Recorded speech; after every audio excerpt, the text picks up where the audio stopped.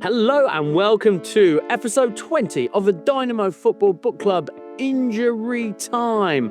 My name's Alistair Bond and I'm joined by my co-host Johnny Coughlin. Hello, Johnny. Hey, Al, how are you doing? Yeah, I'm very well, thanks, mate. This week we are doing a five-a-side draft of players whose careers were cut short by injury, all that wasted potential. This was suggested to us by friend of the show, Dave Afferall. Hi, Dave. So, Johnny, this week I don't have a compliment for you, but I have something much better. I noted lack of compliment. So desperate am I for praise. This is what I live on. This is the only reason I do the podcast. But go on. Flick on by Whelan, and it needed a super save. Twice by Schmeichel. And somebody's hurt. And maybe David Busst. This draft, Johnny, has brought up a lot of old memories of certain people involved in the pod's careers being cut short by injury. Can you think who that might be? Well, it wasn't me. No, Johnny, it was me. What listeners to this pod may not realise is that my promising career was cut short by injury due to the actions of my co-host, John Coughlin. Johnny, what have you got to say for yourself? Well, how old were you when this career was so tragically cut short? I was a promising, athletic young 34-year-old. We were both playing five-a-side football in Cambodia. Obviously, the kids surrounding the pitch were getting very excited at watching me play. I can't remember what it is in Cambodian, but they were going like, is this a White Vieira? Look at this man striding the pitch. Alternatively, some of the kids were also watching Johnny and they were jeering him. They're going, look, a giraffe is on the pitch, a giraffe. They were laughing and you could see that Johnny was angry and upset. Anyway, there was an open goal and all Johnny had to do was just pass the ball in front of me, but no, deliberately sent some hospital ball flying in. My foot got caught in the turf, and before you know it, dislocated, football career over. Oof. But I say to you, Johnny, I forgive you for that. I forgive you. It's okay. My favourite part of that traumatic incident for you, Al, was not when the dog came into the x-ray room, not when the man came in wearing a baseball cap and you said, is there a doctor here? And he says, I am the doctor. My favourite part was when our friend Dan was pouring water on your face quite kindly to kind of calm you down and feeding you sibs of Sprite. And at one point he poured Sprite on your face. That's fucking Sprite, you fucking cunt.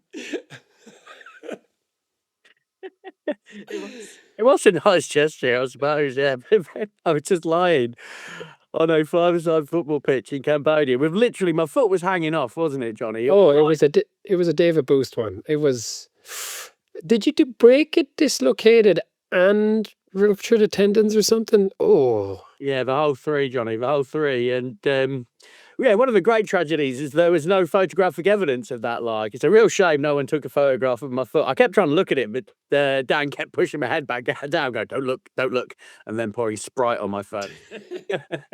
But the great triumph, of course, Al, was that you managed to get it paid for by out-of-date travel insurance. So congratulations, you came out on top in the end. I had 2 multi-thousand travel insurance claims in the same country over a space of about 2 years. Still in Cambodia, still travelling. Just travelling around the tiny kingdom of Cambodia for 2 years. Yeah, it was great. Okay. Another casualty that night, Johnny, was that motorbike. Do you remember I had the world's shittest motorbike? And after I went off to hospital, I literally never, ever saw that bike again. It was a real rust bucket. I just never went to pick it up, but... The absolute decadence of this, man. Just leave it there, don't worry. Wasn't there a footballer? Is it someone like Oh, it was Jermaine Pennant. Yeah, just left his Ferrari at a train station in Spain. You're the Jermaine Pennant of Cambodian five-a-side football. Yeah, okay. So I was going to ask you about injuries, but of course I forgot about that. Geez, that was so rough, and then you had to get the ambulance in every bump. Oh my god. You know, Al, were you put under? Yeah, no, they gave me morphine at first. You were there in the hospital, but eventually, they gave me. I had a full general anaesthetic to do my. Yeah. All right. Have you got anything you want to talk about injuries other than your own? All right. Well, okay. So let's talk about the draft. So we've got fairly loose parameters. It's just players who have had their careers cut short. Now, I've not put any parameters on what you're going to do here, Johnny, but I suspect that somehow Maradona's going to find himself into this list. having suffered a mild injury at the age of like 32 or something. But for me, Johnny, a career-ending injury, and I'm sure that this is not necessarily something you've included. For me, you've got to be over before you're 30. I agree. You're a fa- I was going to say the same thing. I was looking at one thing on 442, I think it was, and it was like Carlos Puyol, who played until he was 40. I was like, come on, steady on there now. 40 years old, cut down poor little Carlos Puyol.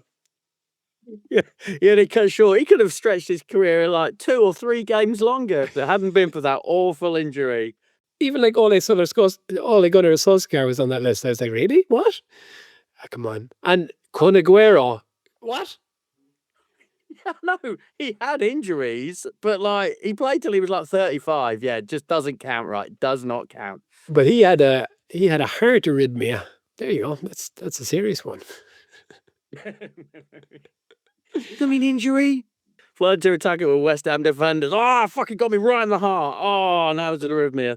And the other one is a career-ending injury is like, oh, he played on for 2 or 3 more seasons, but he was never. No. A career-ending injury, frankly, I think you've got to be lucky to have kept your leg. Like, frankly, like, I don't want none of this, like, oh, the joint was never the same. No, you never played again. Okay, I just have to pick David Busst 5 times then. Shut up with you, David Busst. I've got some research on him. Fascinating facts. All right then, Johnny, do you have a coin or who's going to pick first? Gladiators! Ready! Do you want to call it in the air? Whoop! Tails. Tails it is.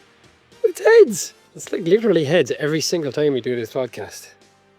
By the way, David Silva is also on this list. I know. I thought we've seen the same list. I was just scratching my head like, I think he's still playing. That's absolutely insane.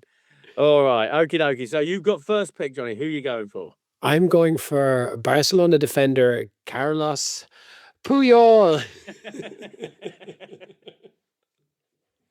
Famously injury-stricken. When I think Puyol, I just think of a tragedy of his career cut short at the age of 40.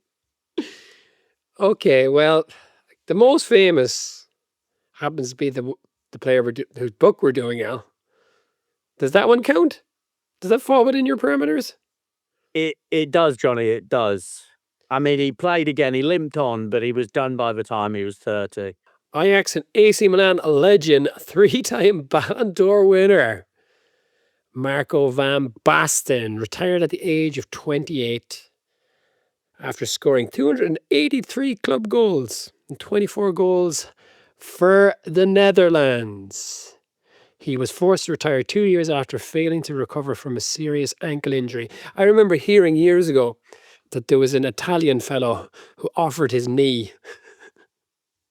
Would you like my knee to be transplanted into Van Basten so Van Basten could play on? Unfortunately, medical science had not advanced to the point where you could put some old fucker's knee into Van Basten to make him continue. It's a strong start, Johnny, Marco van Basten. I'll tell you what, though.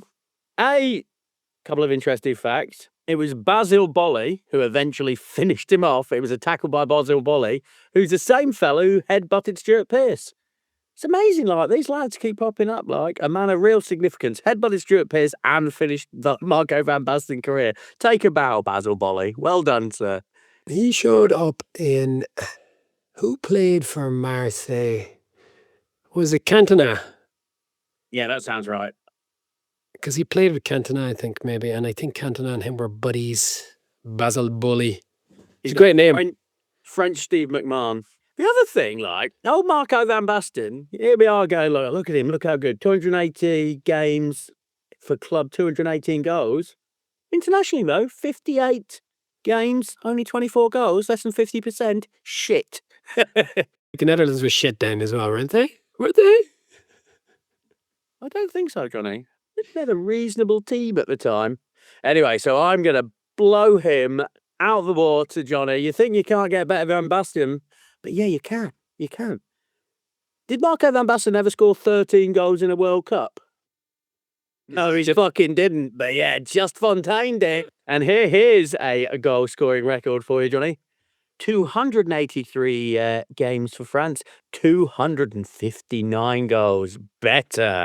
Better than, oh, actually, not for France. 283 games for France, but 283 club games, 259 goals, 30 goals for France in 21 games, 13 goals in a World Cup, and retired at 28 after being hacked down by legendary hatchet man from the 60s, Sekou Touré. A young Basil Bowley. Do you know where he's from? Just Fontaine. Was he Moroccan? It was North African. Yeah, he was born in Marrakesh. He came up in that book we did about African football. Yes. Yeah, sensational record. I mean, I knew about the 13 World Cup goals, which is a record which will never be beaten, right? No one's ever going to score more than 13 goals. Actually, having said that, the 48 teams in our cup now. Yeah, it's going to be 50 games. It's a full league season. Cristiano Ronaldo will be able to score like 15 goals in the next World Cup as Portugal in quarterfinals or something like that.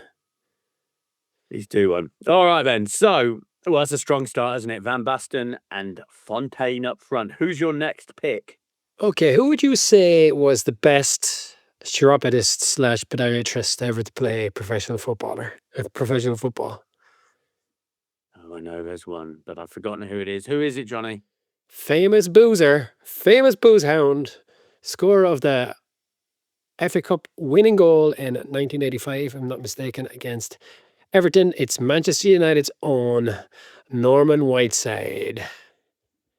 Yeah, Norman Whiteside's a player who was defined by his injury, right? Like, when you ever talk about this was a man who was going to go on and reach the stars. But yeah, done by 24, is that right? He retired at the age of 26. He's the youngest player to appear in the World Cup, well, and he was at the time anyway, in 1982, blighted by injuries. And he retired again. He played for Everton as well. But yes, after being a professional footballer, remember before in the Geeking book when Terry McDermott was selling burgers at a racetrack before he became the assistant manager at Newcastle or wherever it was. Yeah, can you imagine any current player becoming a podiatrist after their career had ended? No, absolutely not. Not a player of that profile, like score of winning goals. And the United's the youngest scorer as well. And he was discovered by the same fella who discovered a young George Best. No kidding. That's a decent track record. And his name lives on through being associated with ex-Nottingham Forest goalkeeper Mark Crossley, who is known to everyone as Norm due to a very, very vague resemblance.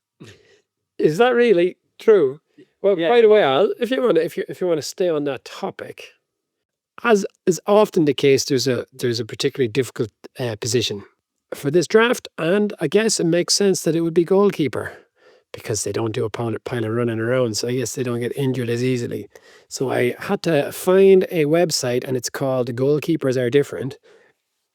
And it gives a list of quite entertaining stories about goalkeepers and how they hurt themselves. But anyway, Mark Crossley, your friend Norm there, was forced to spend 7 weeks in bed after landing on his backside while taking a goal kick during a pre-season friendly in Finland in 1997. Did you know that? No, but that sounds extremely right for Mark Crossley. Just falling on his arse like, oh, that'll be 7 weeks out. Big fat bloke. But I don't look like that anymore. Okie dokie. All right. Well, I'm gonna get him off the board because you've already brought him up. But I think the most famous injury in Premier League history, David Busst, Coventry City defender. There's a man who never ever played again. Like in 1996, he was in a collision with Irwin and Brian McClare. Apparently, I could have bet my life that was Ryan Giggs that caused that injury. His injury was so extreme that Peter Schmeichel vomited on the pitch. And then he went to go on in contract MRSA in hospital, which was actually the reason why he never, ever played again. 22 operations. And a fun fact about him is that his testimonial was the last game that Eric Cantona ever played. Did he get injured in it? Eric Cantona, no. David Busst was not playing in the testimonial. Yeah, this is a player who was lucky to keep his leg, frankly. And didn't they didn't they not show it on Match of the Day or something? Wasn't there something like that? Because it was so gruesome. And there's been Alan Smith had one of those. I think Henrik Larsson had one of those. But that was the pictures of that one. You can well and truly. It's like someone's sticking the end of an umbrella out of sock or something. It's a bad one. Bad. It's really bad. Yeah, absolutely. I can remember a friend years ago, his brother looked up one of these beheadings they show on the internet. Like, I don't know why he did that, but then he watched it and then he was depressed for 6 months. So steer clear of old David Boost's injury. It's really gross and really depressing. Okie dokie. So, okay, David Busst. Is he as good as Norman Whiteside? All right, who's your next pick, Johnny? Okay, Al, this next one is a real heart pick for me. And that is, of course, Taylor Twellman, who played 30 times for the United States between 2002 and 2008, scoring 6 times and a prolific forward for the New England Revolution. No, Al, I tell a fib. I am going for a real heart pick, and that is my friend Brian Clough, best known for his exploits in management, but he was a heck of a player, although was he? He was a prolific striker with Middlesbrough and then Sunderland. He was capped twice by England and scored 200 league goals, almost one per game. Do you know what done for him? Bad tackle. Yes, by Bury goalkeeper Chris Harker, December 1962. And that's the end of your medial and cruciate ligaments at the age of... he limped on for 2 years, but I hope he still falls into your category because he retired at the age of 29. He only played 3 games in those 2 years, might I add, Al. But that's Brian Clough. Different beast, really, wasn't it? Doing your cruise ship back in the day. I mean, it's one of those, isn't it? Like, I was always of the understanding that his career was really cut short, but he made it till 27. You know, like, was that big step up going to happen after 27? I don't know. It's just one of those. I was always led to believe that Brian Clough, like, if he hadn't have got injured, he would have gone on to be the best player in the world. But he was already 27 and he was playing in the second division. I really do think there's a little bit of revisionism with Cloughy. Well, he was a pretty good spin. He was a pretty good spin doctor, wasn't he? Yes, he was. Yes, he was. All right, go on then. Well. All right, I'm going for left half, Duncan Edwards. Died in the Munich air disaster. You don't get more fucking injured than that. Boom. Next one for you. One for the granddads.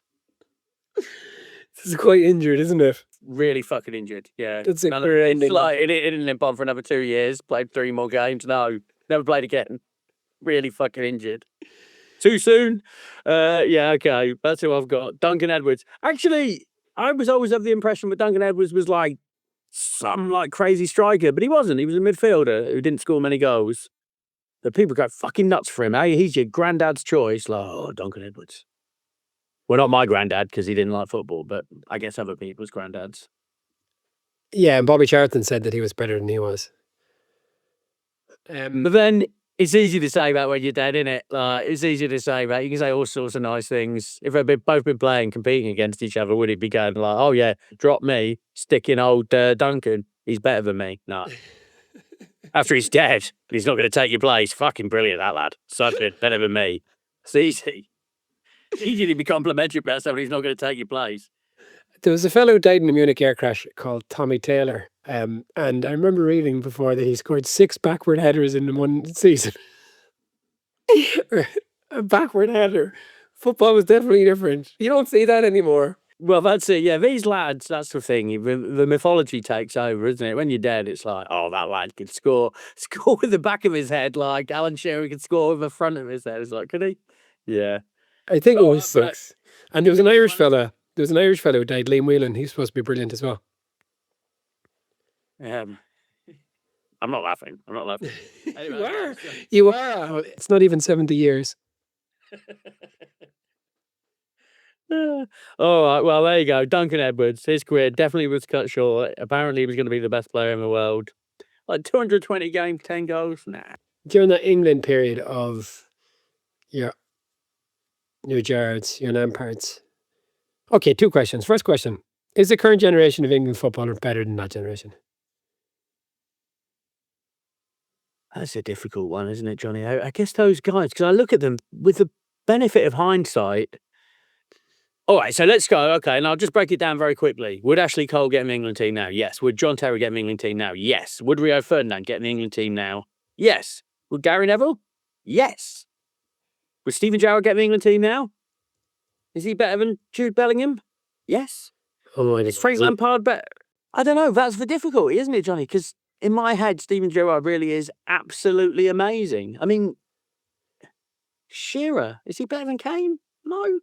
I don't know. It's real tight. They're definitely happier, though, aren't they, the England team now? They definitely play better together. Okay, my next question is, who was the best defender in that golden generation? Who was it, really? I mean, that's a... Johnny, because they genuinely, you've got 3 world... Ashley Cole, I think, was the best left back in the world at that period. Sorry, Roberto Carlos. But in terms of pure defending, and then... All right, I'm going to give you my answer. It's John Terry. John Terry was the best defender in that period. Better than Rio. They're different, aren't they, Johnny? But John Terry, you would want him on your team. You would. I mean, you wouldn't want him on your night out, but you would want him on your football team. Okay, I wouldn't want Rio Ferdinand on a night out either. Would you like Ledley King on your night out? Oh, Ledley King's just depressing, isn't he? Just always limping around like, what could have been, what could have been. I suppose that's your next choice, though, isn't it? The fucking fabled god of football that was Ledley King. Well, I have one more question for you. Will you accept Ledley King? He retired at the age of 31. I mean, he's unquestionably always associated with having his career ended early. And yes, I will accept Ledley King.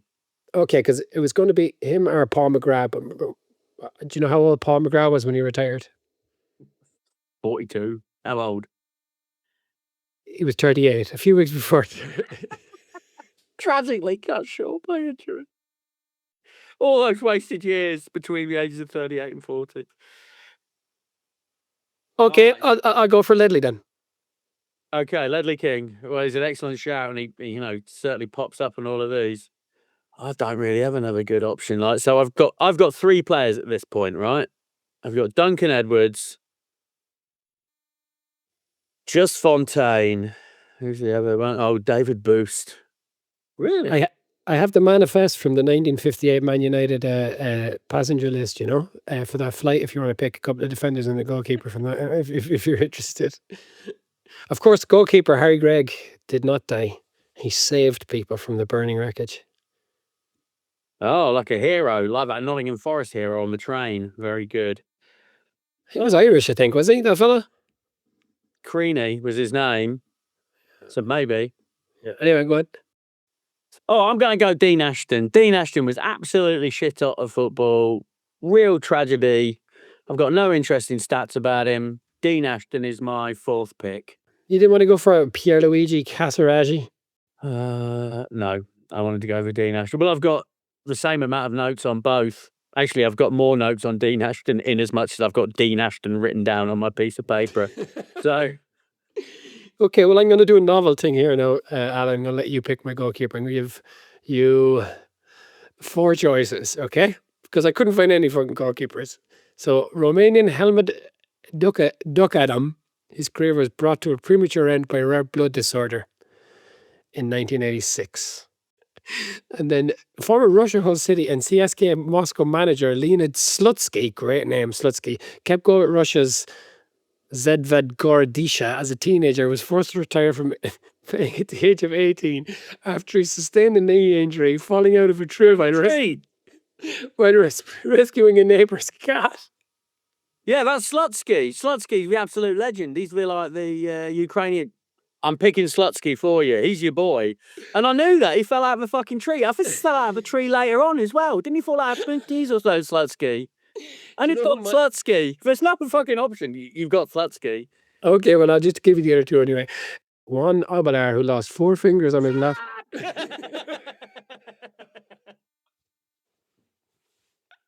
I haven't picked my keeper yet.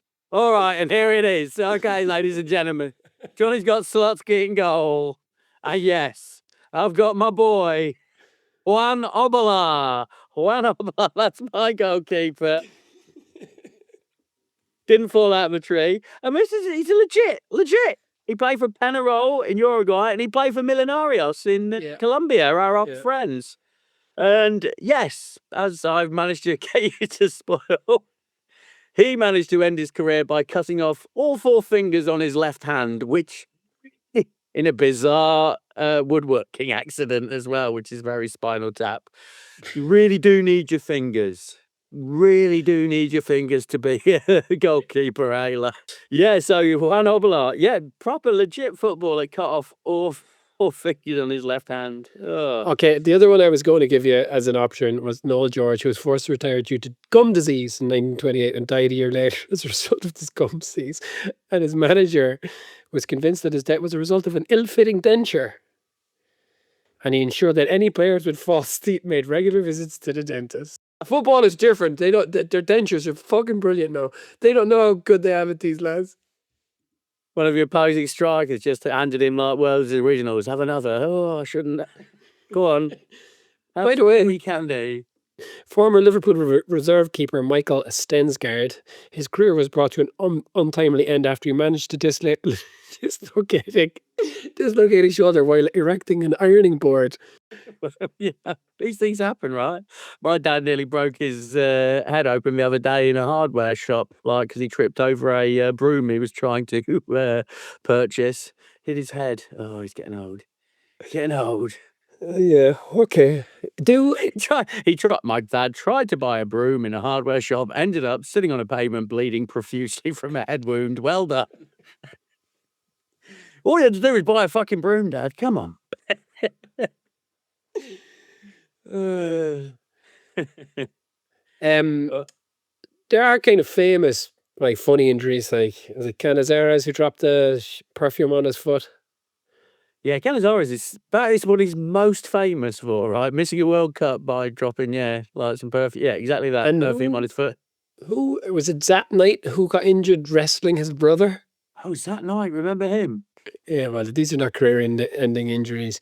Joe Dave Besson used to get injured in comical fashions all the time. Footballers were just funnier in the old days. I have a Besson story here.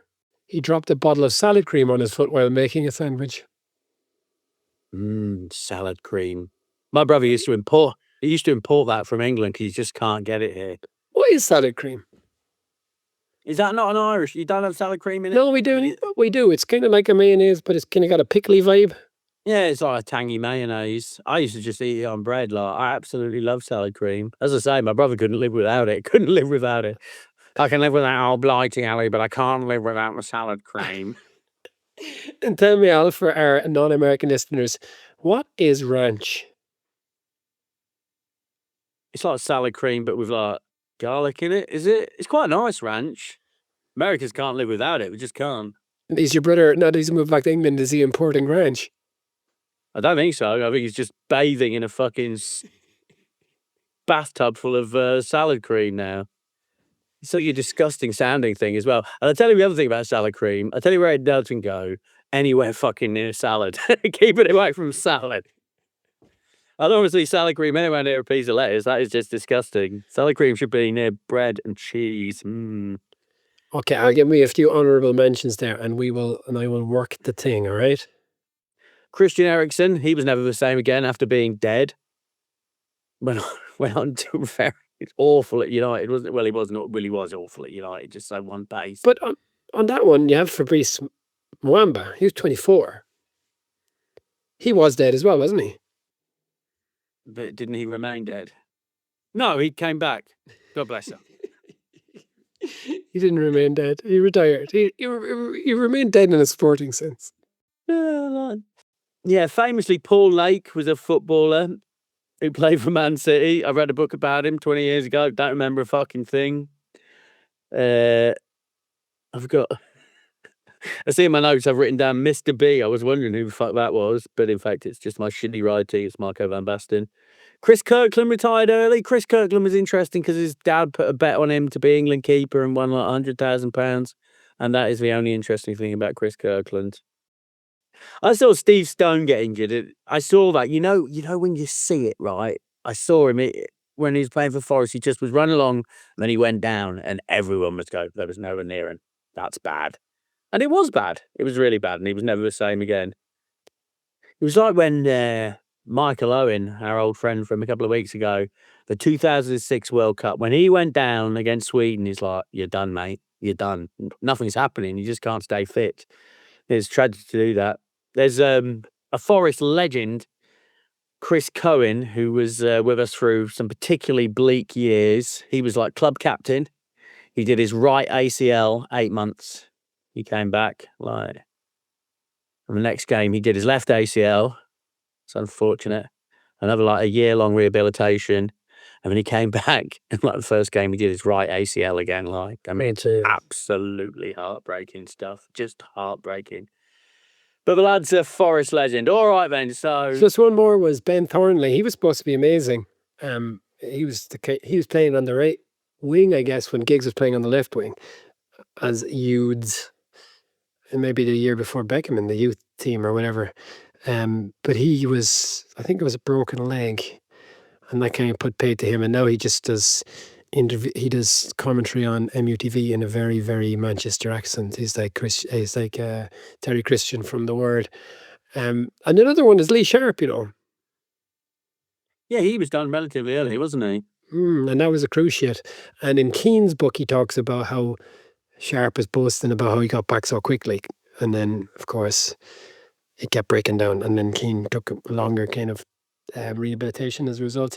And speaking of Keane, I think of Holland. We should mention I think Holland. Although that's a bit of one of those urban myths, isn't it? That Keane ended his career. It was the other knee. It wasn't Keane that ended Williams' career, was it? Okay, let's go. All right. Just very quickly, Ben Thornley, right? And he's like, oh, well, my career could have been. But the fact that he was just in the same class as those lads means he has this sort of elevated celebrity that he wouldn't have had. He's the sort of person who'll appear on Pointless or something like Class of 92, try and find a pointless answer, and Ben Thornley will be among those answers. Your Chris Eagles and your Casper. There's all these lads who's Casper Pilkington? It might be. I think there was some. Well, it was Chris Casper, Kevin Pilkington. John Curtis went to Forest. Yeah, he was. Yeah, I was really excited about that. With no justification, I can assure you. But yeah, all these lads have this sort of level of celebrity which they certainly wouldn't have had if they'd come along 2 years before or 2 years after. Terry Cook. Yeah, there you go, right? And you can name them all. How many players have just disappeared from youth systems would you be able to name any other thing? But they just happen to play alongside Scholes and Butt and Giggs. And so they have this wild celebrity. Anyway, Johnny, so how many are you going to win by this week? A lot, I'd imagine. Robbie Savage. Okay, just to give you the teams again. Team Johnny is Leonid Slutsky, the cat-saving Leonid Slutsky in goal. In defence, Ledley King. Norman Whiteside in midfield with Marco Van Basten and Brian Clough up front. I think Norman Whiteside was maybe an attacking midfielder type, wasn't he? But there you go. Team Alistair is Juan Abelar in goal with David Busst in defence. Duncan Edwards in midfield with Just Fontaine and Dean Ashton leading the line. Okay, here we go. And it's 1-0 to Team John. Whiteside bulldozes through midfield, feeds Clough on the right. Clough finishes low across Abelar. All right. But it's 1-1 as Fontaine drifts into space, receives Edwards' pass, turns sharply to finish left-footed. I'm sorry, Al. It's 2-1 to Team John. Ledley King steps forwards, intercepts and treads a pass to Van Basten. One touch. And it's 2-1 at half-time. But it's 2-2. Edward muscles through a double challenge and shoots past Slutsky. But Team John responds immediately with another Van Basten volley, a first-time volley. Clough flicks it to me, just slams it in there. Beautiful. Counter-attack. Team Johnny Boy is up 4-2. And that's a goal for, well, you guessed it, Van Basten. And then Dean Ashton gets his moment, spinning past King and slotting one in off the post. There's a final chance, Al. Fontaine receives a long diagonal ball from Edwards, beats King, shoots. Slutsky catches it as though it was a cat falling out of a tree. And there we are. It's 4-3. Team John just cannot be beaten. Cannot be beaten by Alistair. Well, in my defence, my goalkeeper's only got one hand. So Right, this is freehand, wood saw incident. Jesus, that sounds bad, doesn't it? well, we'll never know, listeners. We'll never know what prompt Johnny put into the AI. We have only his word to say for that, but sounds to me like I had a one-handed keeper. Yeah, I'm not incredibly surprised to have lost that. I always thought Duncan Edwards was shit, and now it's been proven beyond doubt. Stop moaning about it, United supporter. He's gone. And anyway, it turns out he was rubbish. Let it go. All right. Just couldn't stop. Oh, the Clough Van Basten light strike partnership. The great strike partnership we never had. Sounds fun, doesn't it? Yeah, that would be fun. All right. Okay, Alistair, I think next week we're returning after on the back of his 3-goal match-winning performance. We're going to do his book. It's a real accolade for Van Basten. It's probably really perked him up. So we've got Van Basten next week. I think it's called Basta, which means done, I think, in Italian, doesn't it? And the following week, Alistair, I think we're going to do an injury time of football's greatest/worst tattoos. Ooh, that is a rich vein, mate. I saw Benjamin Shesko with his neck tattoo. To be topical. It's one of those, like, you should concentrate on your football, Nate, not on your fucking neck tattoos. like, maybe if you weren't focusing on your neck tattoo so much and focusing on not being, like, comically shit, then that would be an advantage. How long does he get, like? How many more games do you give that fucking absolute lump? Talking giraffes. I think he was signed to make the Highland signing look not that bad. That was the intention of the Sesko signing. Poor Sesko. But anyway, okay, Al, thank you very much. And thank you for listening. Folks, please do like and subscribe and give us a rating and tell your friends all about the Dynamo Football Book Club. Thanks, Al. Thank you, Johnny, and see you all next week. Frank stable and feed him in the air. Olsen, Hughes. Pass Bracewell. Right side's onside. Struck him in the middle. Olsen up as well.